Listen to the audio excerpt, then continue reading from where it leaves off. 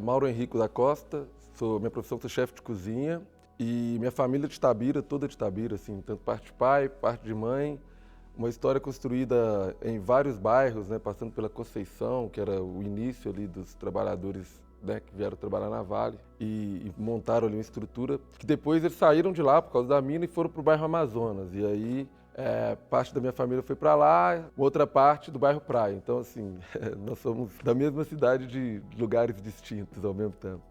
Eu tinha um cargo na Câmara Municipal de Itabira e quando você começa a ganhar um dinheirinho, a primeira coisa que você quer fazer é comer melhor, né? E eu já tinha a minha formação profissional toda na área do direito, mas aí um dia eu estava lá no restaurante e vi o Léo, que hoje é um chefe conhecido aí de todo mundo, tá na TV e tal, e eu vi ele lá e estava tendo um almoço dia 25 de junho de 2015. E eu vi aquela estrutura e tal, o cara fazendo aquelas coisas, falei, pô, um dia eu quero ver isso, aquela bagunça organizada, aquele balé, e falei, um dia eu quero fazer isso e entrar numa cozinha que seja desse restaurante. E saí dali com aquela ideia. Então, cheguei na Câmara aqui em Itabira, falei com a pessoa que eu trabalhava, que eu achava que eu ia tentar, né, essa vida.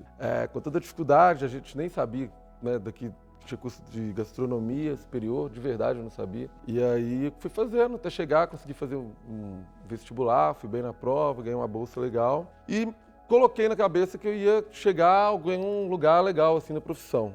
E é legal também falar de Itabira no seguinte sentido.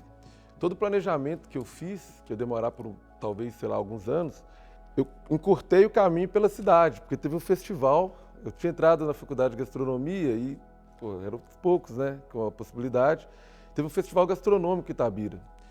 E aí eles iam trazer a Abel Coelho, que é uma grande chefe internacional, referência no Brasil inteiro. E eu tinha chegado lá, tinha tomado os Billy Night, e aí eu falei, pô, pedi ela, né, não tem nada a perder, e pedi ela um estágio no clandestino, que era, assim, uma porta de entrada muito difícil de entrar, assim, pessoas é muito complicado. Mas, meu jeito, eu cheguei e falei assim, então me arruma um estágio lá. Ela falou assim, pega meu telefone. E aí fui. E através do clandestino com a Abel, eu tive acesso a outros grandes chefes também, em São Paulo, enfim.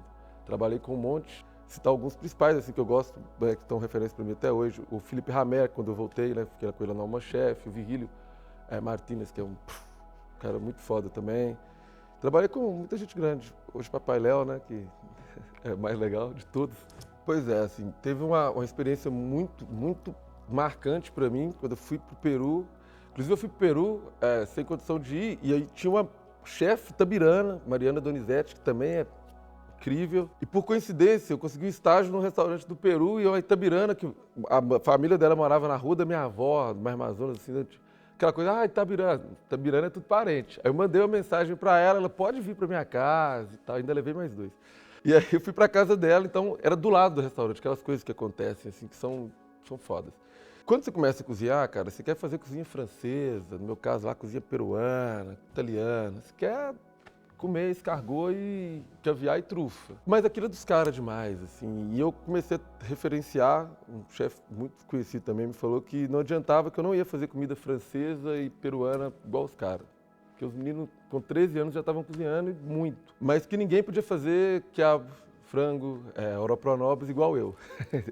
E aí eu coloquei aquilo como uma coisa assim de meta profissional, pegar a técnica que eu tinha lá com o ingrediente que eu tenho aqui e transformar isso numa coisa que tivesse identidade mineira, itabirana, né? Porque eu sou daqui, sabe? Minha vida é aqui. Inclusive, eu estou abrindo um restaurante aqui por essa ideia também e tal. Voltar para a cidade, aquilo que eu peguei, mas no final é aquilo mesmo. Cozinha é afetivo, cara. É a cozinha da minha avó e são maneiras diferentes de chegar no mesmo fim, assim. Nesse ponto eu tenho pouca modéstia, assim. Eu voltei para ajudar mesmo, porque eu acho que é impossível ter uma Itabira cultural no futuro sem uma figura gastronômica, que seja eu, que seja outro, mas uma figura gastronômica forte é alguém que foi, que volte e que faça ter valor à nossa comida. Porque a coisa que mais identifica o povo, a comunidade, é a relação que ela tem com o alimento. O cara vem de fora, assim, ele vai consumir Drummond, mas ele quer saber o que se come.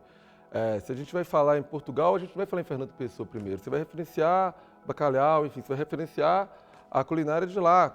A gente cita, por exemplo, os grandes pintores, né, europeus. Você referencia primeiro o país ao alimento. Então, assim, se falar massa, o cara vai para a Itália. Se falar de Vatapá, e nós vamos para algumas regiões do Brasil. Então, assim, é impossível se criar uma identidade cultural de um povo sem que ele tenha uma identidade muito firme e forte com o alimento que ele provém. Então, o caiçara come comida do mar. Se você me der um prato aqui agora, eu consigo saber. É foda isso, assim. Se você me der um prato, eu consigo saber a classe social da pessoa e de onde ela é. É simples, eu não preciso de mais nada. É uma coisa muito simples. Se a gente sair agora e tiver uma foto de várias pessoas de Itabira, essa entrevista que a gente está fazendo, se fossem fotos aleatórias de pratos de várias pessoas, a gente conseguiria saber se essa pessoa é de uma classe A, B, C, D, se ela está no horário de almoço do serviço ou não. Então a gente consegue responder isso tudo condensado num prato. Eu acho que essa ponte é muito legal, mas assim, eu estava conversando com uma das pessoas, né, que trabalham com vocês, sempre um papo, a relação, existe uma dificuldade muito grande, eu que consigo coabitar nas duas partes, existe uma distância muito grande entre o mundo real, que é o mundo que a Tia do Tanque vive, e o mundo real, que também é um mundo real, não é um mundo ilusório, que é a turma que também faz parte dela, do artista e tal, sabe? Do cultura. Porque, querendo ou não, a cultura te traz um ar de superioridade, sabe? Assim, a gente anda como se tivesse. Acontece isso, e é uma realidade que pouca gente tem coragem de falar, sabe? E a gente não vai aproximar as pessoas falando de Drummond, sabe? É mostrar essa realidade que eu falei da comida, que se come, é cultural, sabe? A música que tu ouve também é cultural. E aquele folhetinho de banca, sabe? Que tu lê também é cultura. Fica paramentando se essa de Queiroz é melhor que aquela. Não é a realidade dela. Então a gente afastar através do livro é um conceito, é uma coisa que existe no Brasil, assim, você afasta as pessoas. Então acho que a única maneira que a gente tem é fazer com que essas pessoas se sintam identificadas e entender um pouco da realidade delas. Às vezes a gente vai fazer um evento, por exemplo, legal, mas a gente tem uma realidade, o cara tem que pegar passagem e tem que, sabe, mudar ali toda a estrutura de alimentação da semana, e a gente olha para eles e fala que são ignorantes. Então, assim, e a gente olha para eles desse jeito, não adianta. Como olham para mim também, muitas das vezes, hoje eu sou chefe e tal, mas cozinha ainda é subemprego. Cozinha ainda é tratado como subemprego, então a gente está aí para servir. E muitas das vezes ainda essa é a cultura, né, de separar pela cultura.